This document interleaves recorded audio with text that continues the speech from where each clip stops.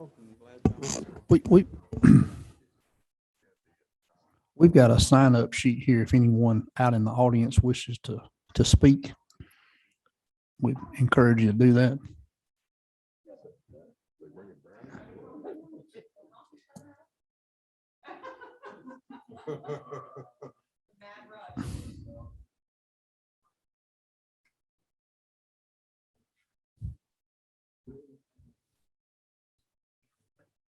Just a line, so we got some of you on Zoom. I think We got three. we got 4, 5, 6, 7, 8. I guess we're good to go, aren't we?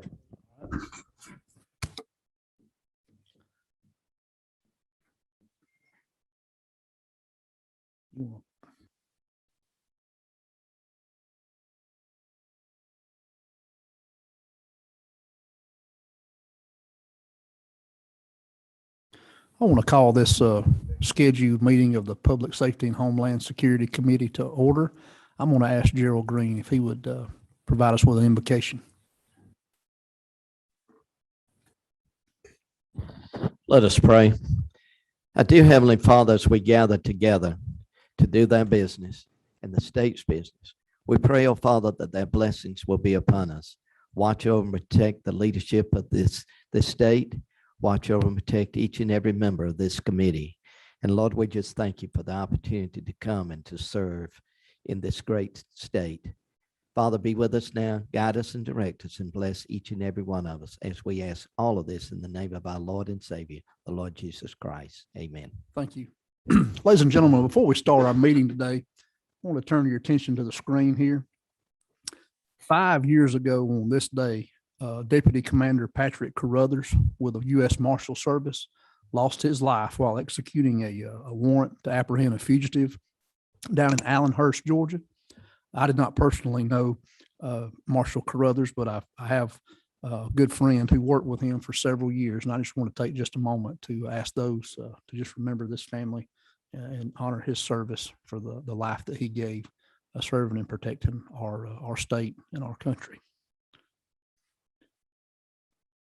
Our meeting was supposed to be scheduled around the Fulton DA, Fonnie Willis, and she called late last evening and had to reschedule. She had some commitments that she just had to meet today.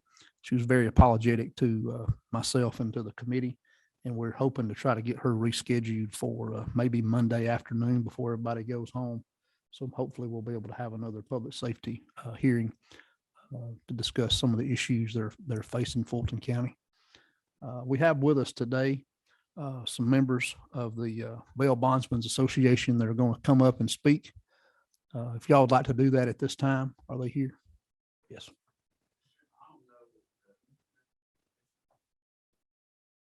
Okay. If you'd like to go ahead and come forward, and we'll kind of let them follow up, but behind you, if you don't mind. If you want to sit at the desk, or if you want to go to the podium, okay, you're. Yes. Do we?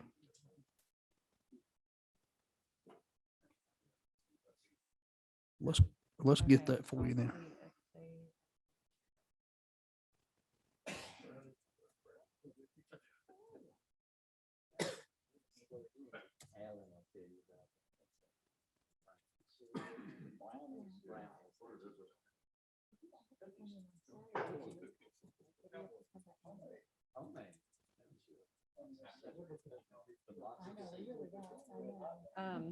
Yeah, you can. I can share my screen and you just tell me when to change it, I reckon.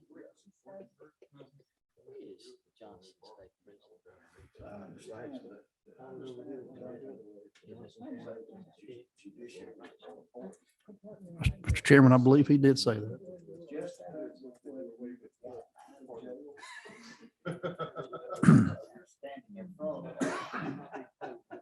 What's your email? Abby, ABBY Media services. .day at house.ga.gov. Okay.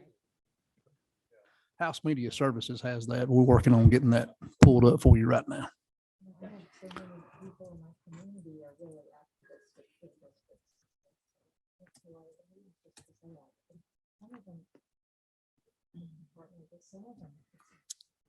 This meeting's probably not going to be as exciting as the one going on below us today, but we're gonna work through our meeting, so you can go down and attend that if you'd like to.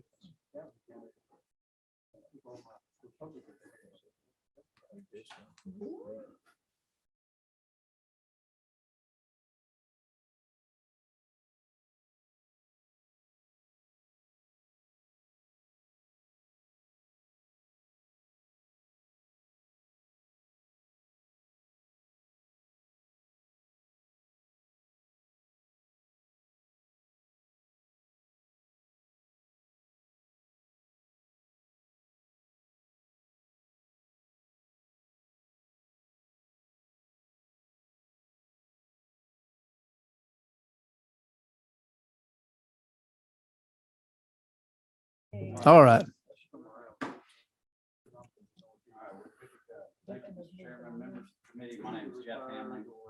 With Cornerstone Government Affairs.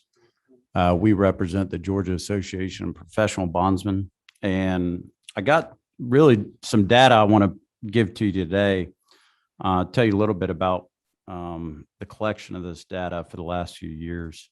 I presented to the Senate Public Safety Committee probably about 3 weeks ago this same information. And I just want to give credit to the magistrates who reached out to Chairman Albers as a result of that and asked for the list of judges that we had so that they can self-police themselves. So I want to give them credit. They realized that maybe some of their members were not following the script of the law and asked for that information and asked to hopefully self-police. So you want to go next slide there?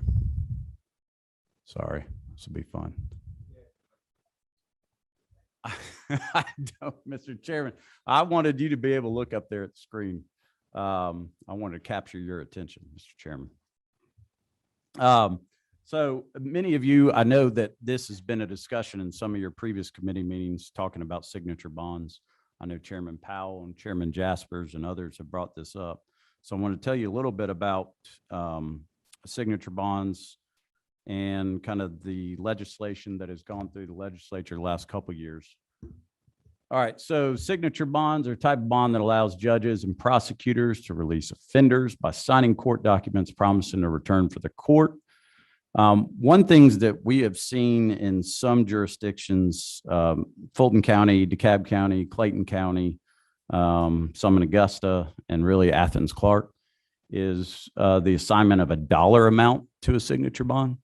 The difference between that signature bond with a dollar amount and a regular, or sometimes called a good bond, is the good bond has a collateral or surety backing that up. So if you fail to appear to court, that collateral is then, that bond is then forfeited. With a signature bond, that dollar amount is not forfeited. There's nothing you're putting up, no property or anything else. So we started collecting some data. If you want to go to the next slide there. There you go. So this is a summary of about a 4-year period from January 1st, 2017 to October 16th of 2021. This shows you the total number of defendants, and this is all Fulton County. Sorry about that. Total number of defendants released via unsecured bonds, you're looking at about 30,000. Total number of offenses released via unsecured bond is around 60,000. And then that dollar amount that I was telling you attached to a signature bond, that adds up to about $230 million. So here are some of the charges that did receive one of those unsecured bonds. You see the breakdown there. 4,900 family violence offenses, 114 rape, 7,800 theft, 3,300 failure to appears, 11,000 drug possession, 678 entering an auto, 564 possession of a firearm by a convicted felon. If you want to go to the next slide there. So to get that information, that required an individual search through every arrest in Fulton County in that 4.5-year period. You can imagine the amount of data that we had to pull to do that. And all this data is in those 2 books right over there. If anybody wants to go look through them. I know the bondsmen obviously have an interest in bonds being issued. So I want to make sure that if anybody questions the data and who was collecting it, all of it is in those books to verify. So this slide here has all the charges broken down by year, number of unsecured bonds given, and I'll get to that 2021 number a little bit later. We'll talk about why that's highlighted or kind of bolded in black. But you see all the offenses that are in orange are ineligible to receive a signature bond as of the beginning of this year, 2021. That was some legislation that was passed last year that I'll talk to you about. I know that's really small font, but you can hopefully make out some of those charges on there. And Go to this the was- next couple slides. Yeah. This was also emailed to your house account too, folks. So if you want to pull that up, you have it on your house account.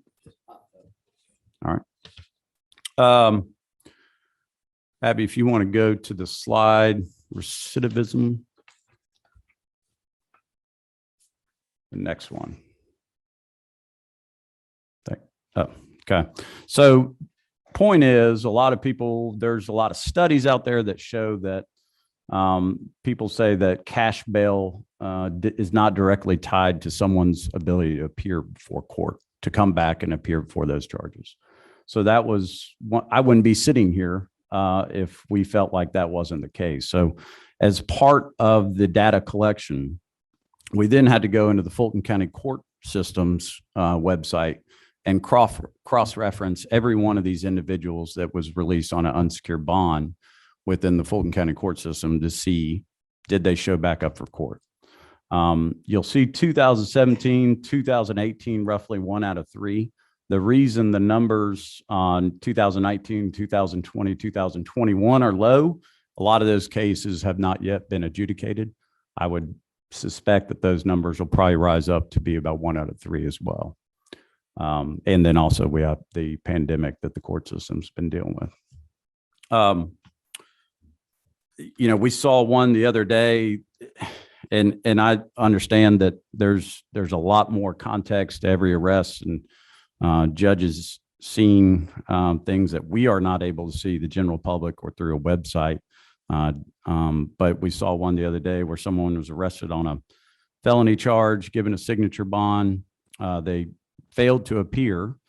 A bench warrant was issued for them to, and then they were rearrested and given another signature bond. To me, that just doesn't make sense.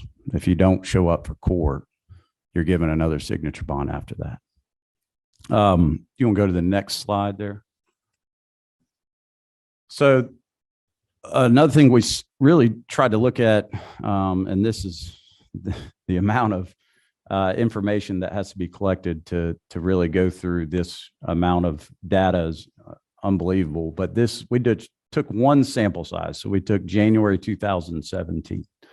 And the defendants that were released through some means of unsecured bond, whether that be a signature bond or pretrial release, and subsequently were arrested again on new charges, unrelated charges. Of the 617 defendants released by unsecured means, 235 were rearrested for new unrelated charges. That's about 38% of all the defendants who had been released in January 2017. 4 were charged with a new crime the day after being released. 12 were charged with a new crime within 10 days. 45 within a month. 84 within 3 months. 122 within 6 months. And 162 of those 235 individuals was within 12 months. So within 1 year, they were rearrested on a separate unrelated charge. Go to the next slide.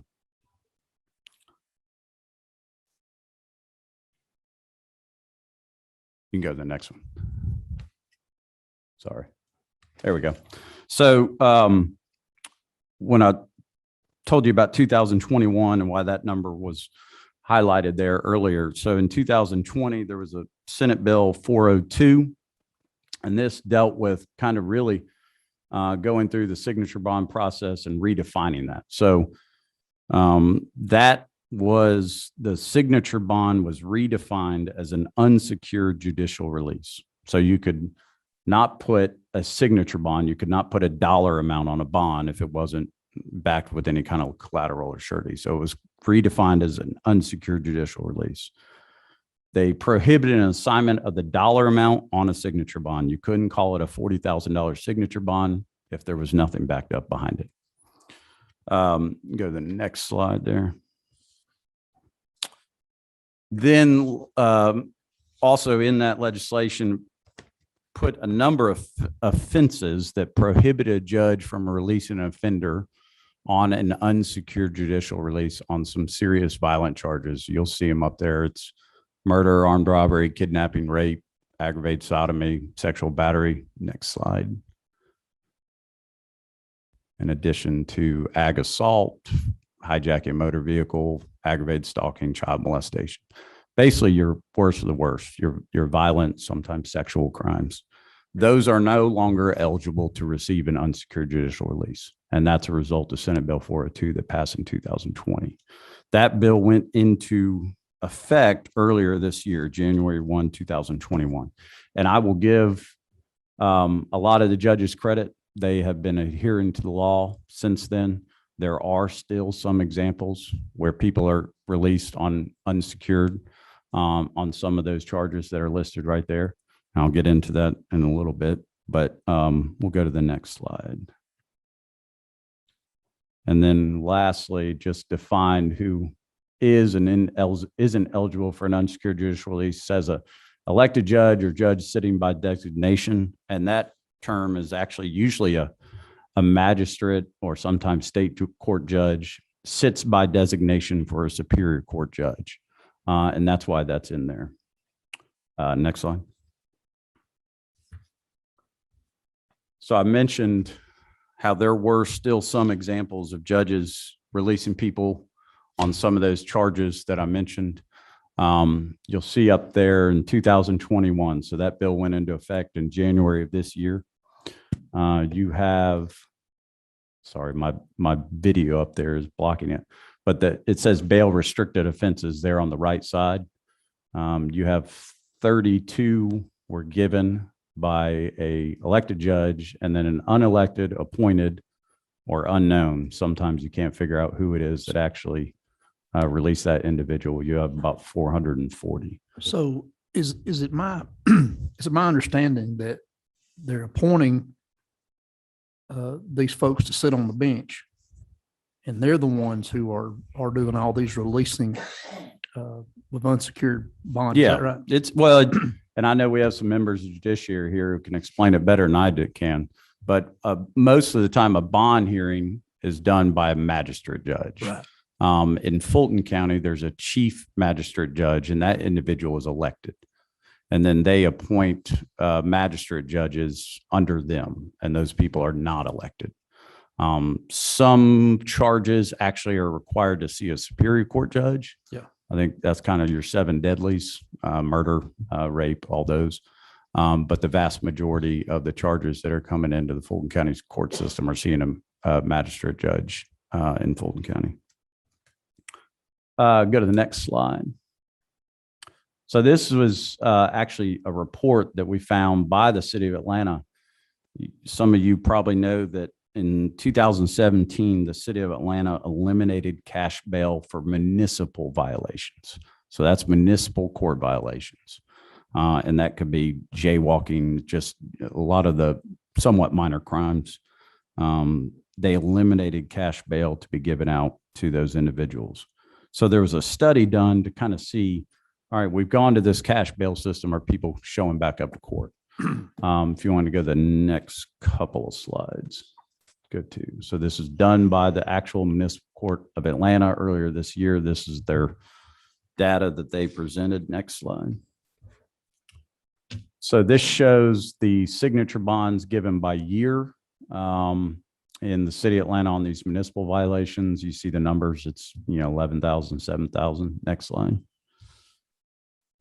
About probably 80% of those were signature bonds, with the rest of them either being some kind of surety or cash bond. Next slide. So the point is, here's your failure to appear rates since that policy went into effect in 2017. So essentially, it's about 120% increase in failure to appear.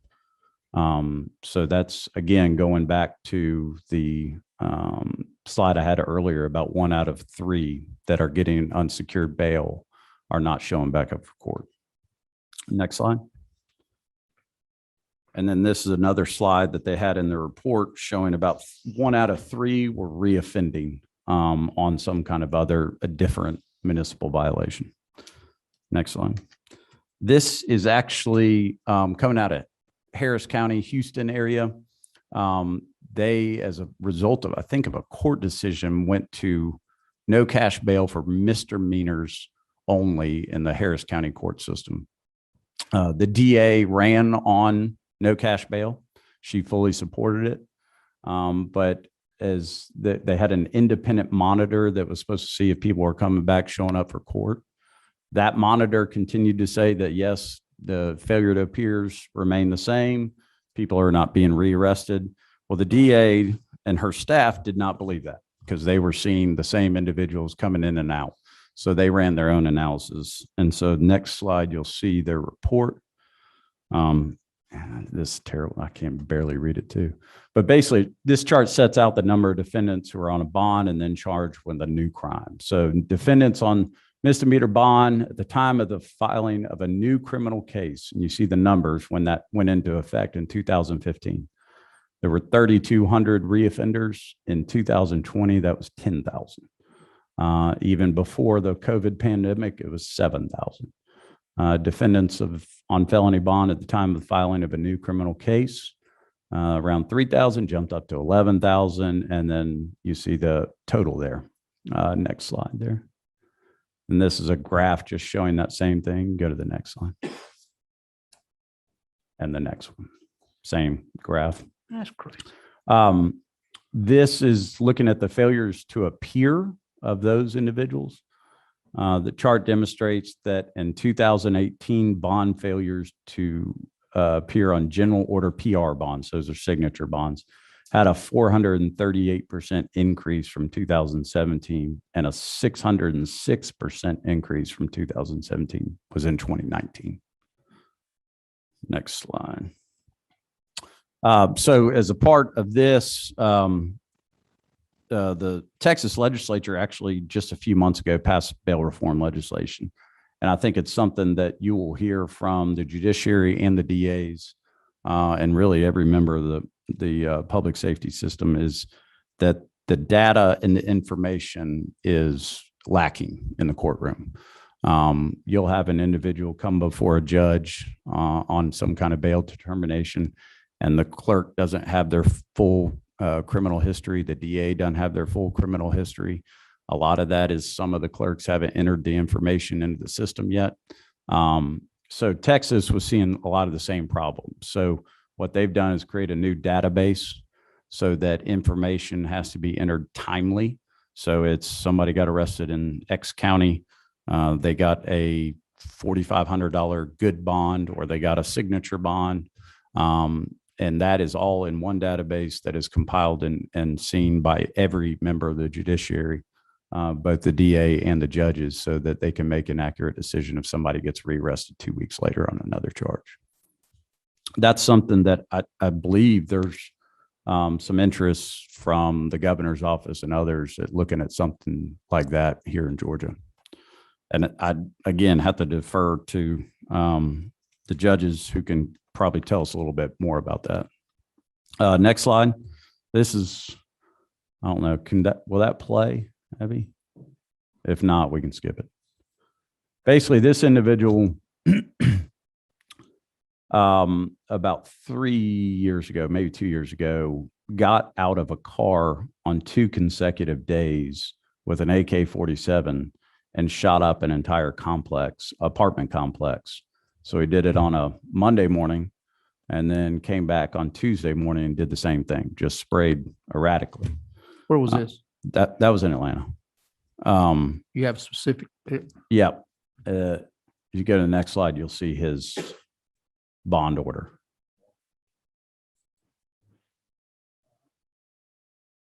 So there's all his charges: aggravated assault with a deadly weapon, got 10 of them. Commission of firearm or possession of a firearm during commission of felony, blah, blah, blah, criminal damage. So he got $120,000 pretrial release. And if you keep going down 2 more slides, you can see, or next slide, you see that $120,000 amount. There you go. And then the next one, you'll see he's not to possess a firearm.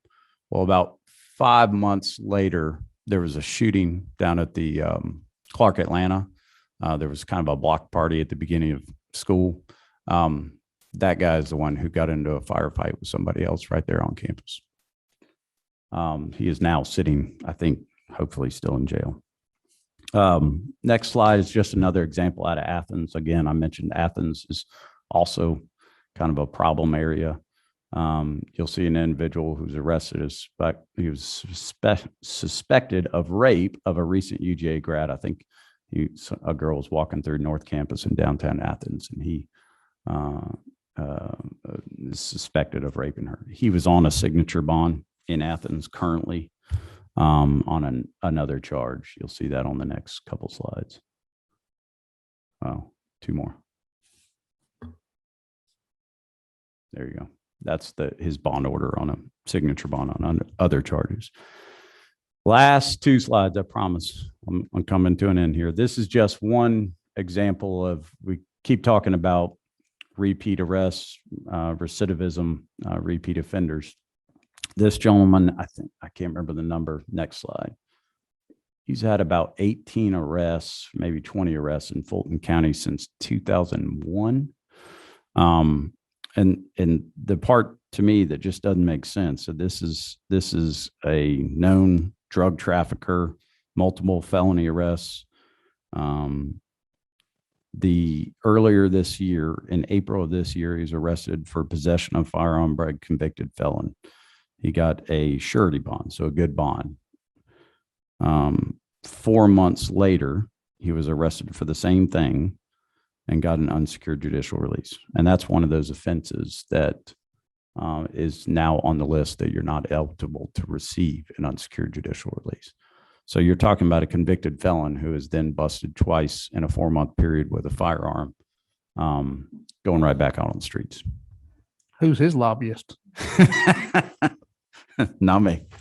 That's Abby, it's the next 2 slides. You'll see that information. That's his arrest record. And again, this is all just Fulton. There's not saying that there's not more in DeKalb or Clayton or anywhere else around the state. Cobb, that's just Fulton. That's it, Mr. Chairman. Happy to take any questions. For members of the committee? Any comments from the members of the committee? Figured this was coming. Chairman Powell. Couldn't hardly see this, that you didn't bring a paper copy. It's a little small for my. I will next eyes, time, but- Mr. Chairman.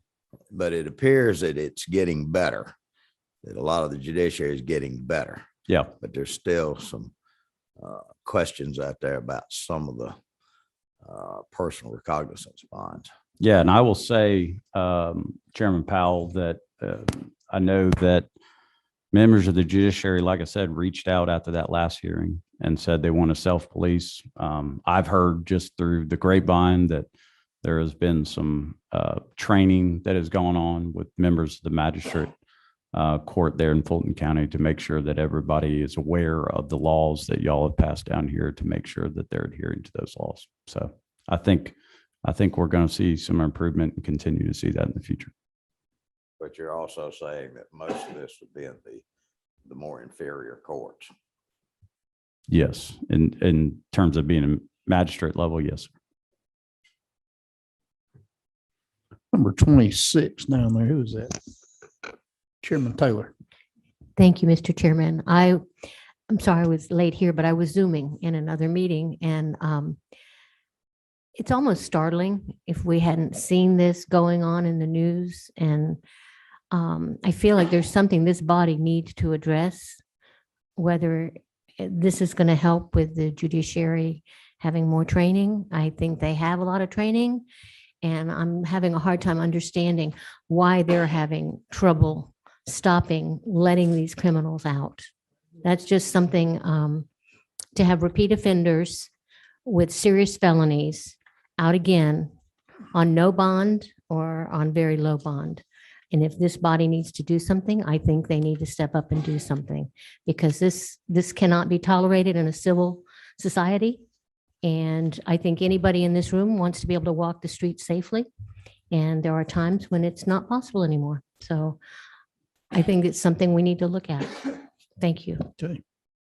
Number 18. Yes, thank you, Chairman.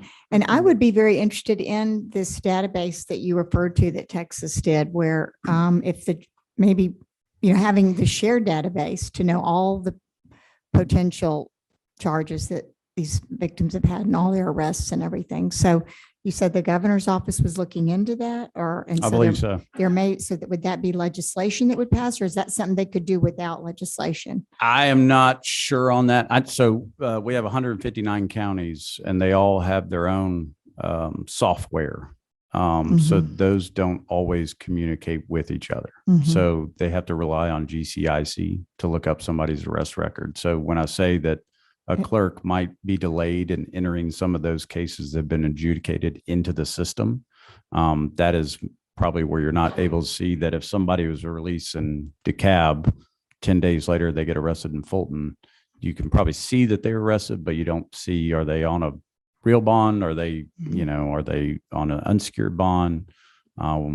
That's probably the biggest challenge we have, is in terms of those systems communicating. And we got an overcrowded jail, Fulton County. Probably don't have enough judges. You probably have an underfunded DA's office. Those are a lot of the different factors for some of the things we're seeing, and ultimately have an impact on crime here in Atlanta. Any other comments or questions at this time? Colonel. Well, I've worked all over the state in just about every one of the 159 counties, and it runs the gamut. And in particularly some of the smaller counties, they're very stringent about bonding. The metro areas are much different. And I assume, as I've watched, that it's because of the volume. I mean, judges here see things on a daily basis that some judges in rural areas never see in their entire career. And I feel good about what's transpiring right now with the increase in requiring bonds. Back in next month, will be 11 years ago, I had a young state trooper that was shot and killed by somebody who was out on his own recognizance after, and he had a criminal record much like one that you displayed here. And I was just astounded that that could occur, because I had worked in many rural areas where that would never occur. I mean, but I think they're taking some positive steps, and I think requiring bonds in certain offenses certainly is, and you can't take judges' discretion totally away from them. I mean, every case is different, and they have to have the ability. They're there because they're supposedly wise people and have the ability to discern what ought to occur as best as anybody in our society can. But sometimes I think, and it's like anything else, when you see a law enforcement officer get in trouble, or a politician or somebody, it makes the headlines. And when somebody's out on their own recognizance and they do something, it makes the headlines. And I think they get more publicity sometimes than they deserve. But it shouldn't go on. When you have a repeat offender who's violent, and I've been in other locales where the federal judge has interceded, and the jail's full, and the sheriff's getting fined $2,000 a day for every inmate that he has in there that is over the limit. So, I mean, it's a challenge. It's a challenge that I don't see any good answer for. I mean, everybody tries. We certainly want to try up here, and we want to make our communities as safe as they can be. put the people, the 5 or 10%, probably about 5% of the people whose culture is that they become involved in these violent affairs. And, you know, they continue and they continue and they continue. It's the same ones time after time after time. 95% of our population are law-abiding citizens that don't ever cause anybody any problems. It may be a speeding ticket here or there, but those people need to be put away and stop from preying on our fellow citizens. So. We actually had a, Colonel, thank you. We actually had an example as part of that 1 month snapshot that we were looking at. We were talking about recidivism. We found an individual who in January 2017 was arrested on 4 misdemeanor charges, received a signature bond, and I think 3 months later committed a murder. Still, that murder is still pending. He got a $185,000 good bond, so an actual bond, and I think got out of jail. He's been arrested 3 times since then, with getting signature bonds on, I think, 2 felony charges since that time. That's unfortunate. That has to stop. 1 felony charge, not 2. Sorry. That has to stop. Any other comments or questions? We certainly appreciate Thank you, you Mr. Chairman. and disseminating through this information and getting it to us. It's very valuable to this committee. Okay, we have Judge Brasher that wants to come and give some testimony to the committee. Yes, sir. Thank you for being with us today. Somebody left the phone.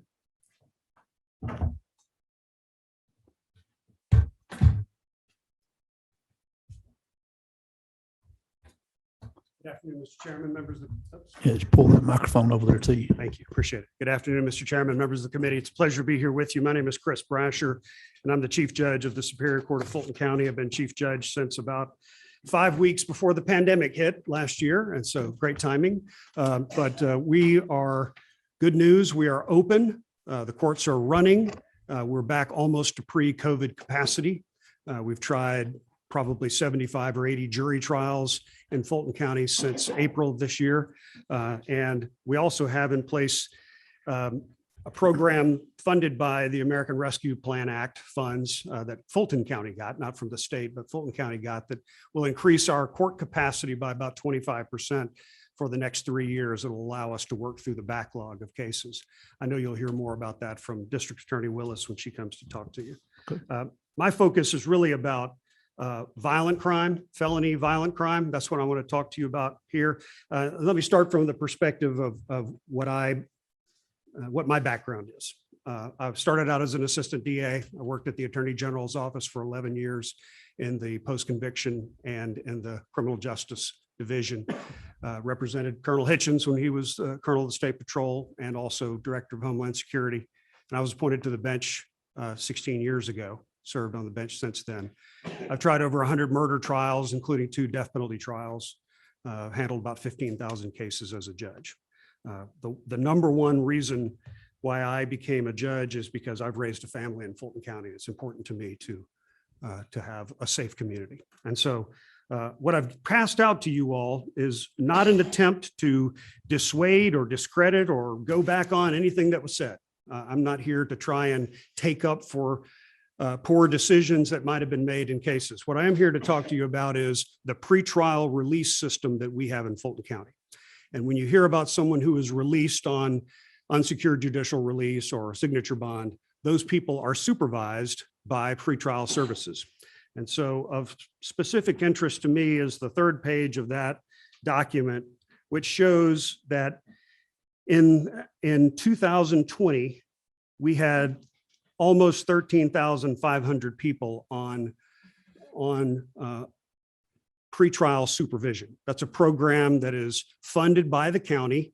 We have what amount to probation officers that keep track of folks that are released. These are felony cases. You can see there's a separate column for misdemeanors, but 13,500 felony cases that are on pretrial supervision. And we have a failure rate. We had a failure rate for that year of 2.5%.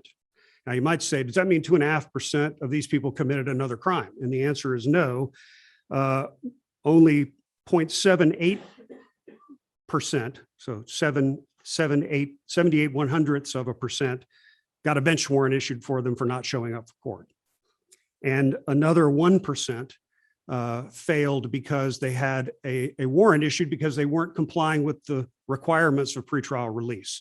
And so out of 14,000 or 13,500, we had 2.5% that failed on pretrial release. And that means they went back into jail and they didn't get back out again. I say that to you because I want you to understand that when we release someone on pretrial supervision, we do it because we want them to be supervised in the community. And so we as a court have made a significant effort to make sure that that program continues to be funded. We asked for an increase in funding again for next year. And that is even though we know that the number of people who will be released with unsecured bonds is going down because of the Bail Reform Act that was passed. But yet, because of the large number of cases that we face, we know that there are going to be more and more people, raw numbers wise, that will be released on pretrial supervision. And so that aspect of supervision, that aspect of accountability is extremely important to us. The other thing I want you to know is that when it comes to serious violent felonies, so the 7 deadly sins that were talked about before, those folks can only receive a bond if they go before a Superior Court judge. Each time I preside as the presiding judge, I get usually a calendar of 8 to 10, almost all murders, some other serious violent felonies. And I can just tell you that in 16 years, I think I've released one person on bond for murder, and that was a consent bond with the district attorney's office. So that's what you can expect as far as what we see with serious violent felonies.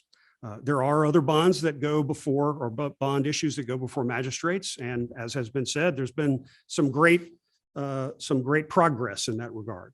I'll tell you, I asked for the list and I got the list. And I'll tell you two things that I saw about it. One is that unfortunately, there were a number of cases on there where there wasn't a mistake made. They actually were released on unsecured judicial release for the ones they were permitted to. And on other cases, they were not. They had cash bonds. I don't know how those got on the list. I'm not here to pick at it. I'm just here to tell you that I took it seriously and I went through the list. There were some that were wrong, and I brought it to the attention of the judges who I saw on that list, magistrate judges who were on that list. And then there were some that were counted on that list, but yet what had happened was that inadvertently a bench warrant had been issued for a defendant who had been out on bond for some time. And it's because the notice was sent incorrectly, wasn't sent to the right address, whatever it might be. And that bench warrant was set aside and the bond had to be reinstated. When you reinstate a bond, you can't change it. You can't because of an inadvertence. So these are cases that originated before the statute went into effect and had to be conformed to that time. It couldn't be changed after the fact.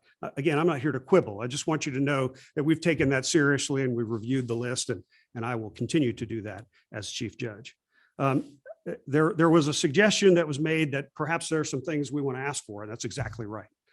The first thing I ask for is if there's things that you all can help us get better data for, because the reality is that there isn't a single judge on any bench in any of the 159 counties in Georgia who wants to make a bad decision about a bond. We want to make the best decision we can, and we need good information to do it. So when I sit down to review and I get a GCIC that's got one naked arrest on it, by that I mean an arrest that doesn't have a disposition, it's of no good to me. There are literally thousands of dispositions that have not been entered around the state, and the clerks are overwhelmed. They need help to get those things entered, and better information yields better results. So I ask you if there's something we can do, whether it's unifying the information systems, creating one single database, whatever it might be, so that that information can be quickly, effectively, and accurately uploaded to GCIC. That would be thing number one. The second is that the reality is that there will be people who will be released from jail, whether it's with a cash bond, whether it's on unsecured judicial release, whether they're supervised or not. My hope is that whoever is released, that there is a possibility that they will have to check in with someone regularly. I know the reality is that when the bail bondsman put up a cash bond for someone, that their interest is to get that person back to court. And that's crucial. But it's also an interest of society that they not reoffend while they're on, that they not hang around and do, that they have a job, that they don't take drugs, that they do other things that they're supposed to do. And so my request to you is to enhance the ability for us to supervise people who are on pretrial release, whether it's through a cash bond or not. Because when I showed you those numbers, those are people who oftentimes they had a warrant issued for them because they had a dirty drug screen. And so, whatever mechanism they get out, and I'm not here to advocate for one or the other. I just want the best we can do so that when people are released, that they don't reoffend. And then the last thing I'll ask for is whatever you all do, I ask that it be done based on evidence. I can tell you horror stories about things that I've seen as a judge and things that I've seen as a prosecutor, things that, and I wouldn't presuppose to tell you that we should make policy decisions based on some of those anecdotes. But by the same token, I do ask that whatever we do based on evidence. And that's why I brought you these numbers here to show you what we're doing in Fulton County. Is it perfect? No, it's not. But we are doing the best that we can when we see people who reoffend, when we see people who don't abide by conditions, they get rearrested and go back to jail. And when we have folks that are arrested on serious violent felonies, they have a high bar to overcome to get a bond. Now, I take a step back and say, understand that the Constitution requires that someone have a bond unless one of four factors exists. They are a risk to reoffend. They are a risk to commit additional felonies if released on bond. They're a risk to influence witnesses. So if they're a risk to the community or otherwise, then, or a risk not to come back to court. So we have to find one of those things before we can deny someone a bond. If we can't find one of those things, we're required to let them out because that's a constitutional right. So I don't say that as a defense. I say that just to make sure that we all understand what the presumption in the law is. The constitutional presumption is that everyone is entitled to a bond. In Fulton County, there's been an issue about the 90-day indict or release requirement. And as chief judge, after the statewide judicial emergency ended for Georgia, I extended that stay on the 90-day indict or release for 3 months, which is the most that we could do under the law, so that we could process those serious violent felony cases and they wouldn't just default to getting a bond, because that's what would happen otherwise. So the good news is that most of those cases, and you'll hear from DA Willis when she testifies, most of those cases have been processed through the grand jury. But again, I'm not here to talk about what they're doing as far as processing cases. I'm only here to talk about our role as Superior Court judges, and especially dealing with the serious violent felonies. So I hope nothing I've said comes across as being defensive. I am not defensive. I'm here to answer your questions. I'm here to provide you with information and to, again, reassure you that my intention is to protect public safety first and foremost. Okay, got a question. Number 22. Chairman Green. Thank you, Mr. Chairman. Judge, thank you for coming today. I'd like to ask you why judges are putting such a dollar amount on signature bonds. I can tell you that is a practice that has existed for at least 30 years. And I say for at least 30 years because I've been a lawyer for 30 years and I've seen it on bonds in not just in Fulton County, but elsewhere ever since I became a lawyer. So that's not a great answer, but the 100-year rule is about the only answer that I have for you without being flippant. May I ask another? Please. Well, does that sort of give the impression to the public and media that the person got an actual bond? I think that's a fair criticism of that practice. I agree with you. Thank you. Any other questions or comments to the? Yes, sir. What number are you down there, Alan? When they put on a dollar amount on a signature bond, when they are finally brought to the bar of justice for flight or they didn't show up. Yes, sir. If they put that dollar figure on there, would they not be then responsible to pay that amount? Mr. Chairman, my only answer to you is that it would seem to make sense that they would, but that is not what has happened over the years. Right, but it could happen. I believe it could, yes, sir. I post a signature bond and they put $25,000 down. I don't show up. When they capture me and then they bring me back in, then they could then process me for the arrearage of $25,000. Then by that time, they've already captured me and that'd be like you're like your own bondsman. Understood. That makes a lot of sense, but you should be doing that. Yeah.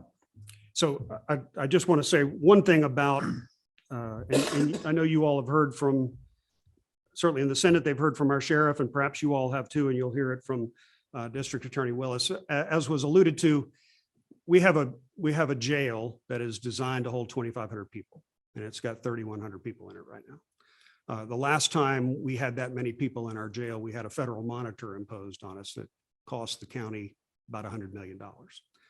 There is a proposal, a feasibility study underway to build one and perhaps two additional jails in Fulton County to the tune of $200 million apiece. And so I just tell you that because I want you to understand that we are not saying the jail's at 100% and everybody else gets to go free. We're going to continue to put people in jail and keep people there who pose a risk to society and make those choices as best we can under the law. But isn't there a rich irony in knowing that the Fulton County Jail is full and the Atlanta jails are empty? I understand your point, Mr. Chairman. I mean, that's just unfathomable to me why that continues to happen. Any other comments, questions? Thank you for taking the time to come down here to this committee and giving of your valuable time. Well, I appreciate you all hearing from me. Thank you very much. One more. Oh, sir. Yes, sir. I would like to, for the sake of the committee, and certainly good to have the judge here. But if you don't think that for the members who haven't been here long enough, I want to identify Ms. Deborah Nesbitt back here. Longtime employee of the Office of the Courts. Amen. Took a sabbatical, went to the Association of County Commissioners until she realized her hair turned gray and she had to have it dyed. And now she's back with the Office of the Courts. Well, I can tell you, Mr. Chairman, I'm glad to be working for Deborah again. I worked for her before. As I was when she the other day, scared me to death. All right. Representative Evans, you. And I really don't want to be an advocate but I work with the chief judge here for many, many years and a lot of different cases. And I've never really could say that I really had a favorable attitude about the judicial system in Fulton County. But several months ago, I found that I hadn't seen him for a pretty good while, that he'd risen to be the chief judge. And it reaffirms my belief that Fulton County is going to straighten things up and do right. You've heard him here today. He's very knowledgeable. He's very low key and he makes great decisions. And he's been a long time friend and I appreciate him coming. He wrote me last night and told me he's coming. I was going to Zoom in until I found out he was coming today, but and I appreciate him for taking his time. He's always done that, taking time and really cares about the public welfare. So thank you, Judge. Chairman Powell. I would like to ask a question for advice from the judge. Believe it or not, a lot of us are contacted by inferior court judges, traffic judges, other levels of judges. And we've reached out to a lot of them, and a lot of these judges, they'll pick up the phone, they'll call me. I guess I've been around here older than dirt probably, and a lot of them know me, and I asked them about coming, and some of them said they'd like to come to talk about certain issues, since we're looking at the influence and the growth of crime. And then they tell me that they can't come. They've been advised that they can't come to testify. Would there be any reason that a lower court judge couldn't testify to a House committee meeting hearing? Every time I've been invited, I've come. So that's all I can tell you. I believe that's But I also appropriate for me understand to. Superior court judges, I've always had a saying that the difference between God and a superior court judge in Georgia is God knows he ain't Georgia superior court judge. But these lower courts, the lower courts, the ones that deal with traffic violations and a lot of this type of stuff, they have a lot of anxiety. But when we've asked them about coming, they say they've been told they can't come. Who could tell a lower court judge that they couldn't come and testify about issues that we're trying to find solutions to. I don't know the answer to that. I've had conversations with folks from the Judicial Qualifications Commission, and I know that they've never indicated to me that a member of the judiciary cannot come and testify before the legislature on a matter that deals directly with the operation of the court. Now, of course, I'm not going to come and talk about cases or issues that might come before me. And you notice I demurred when we talked about the jail and other things like that. So, I mean, there are things that I should not talk to you about, but there are things that I shouldn't talk publicly about, but I'm not aware of anything that would require that. Would the holdup be if the case was pending that he was going to discuss, if it was pending? Certainly possible. Yes, sir. Certainly possible. Thank you. All right. Any other business? Anyone else out there? I know there's some other folks out there in the audience. Pete, you have anything you want to add to this?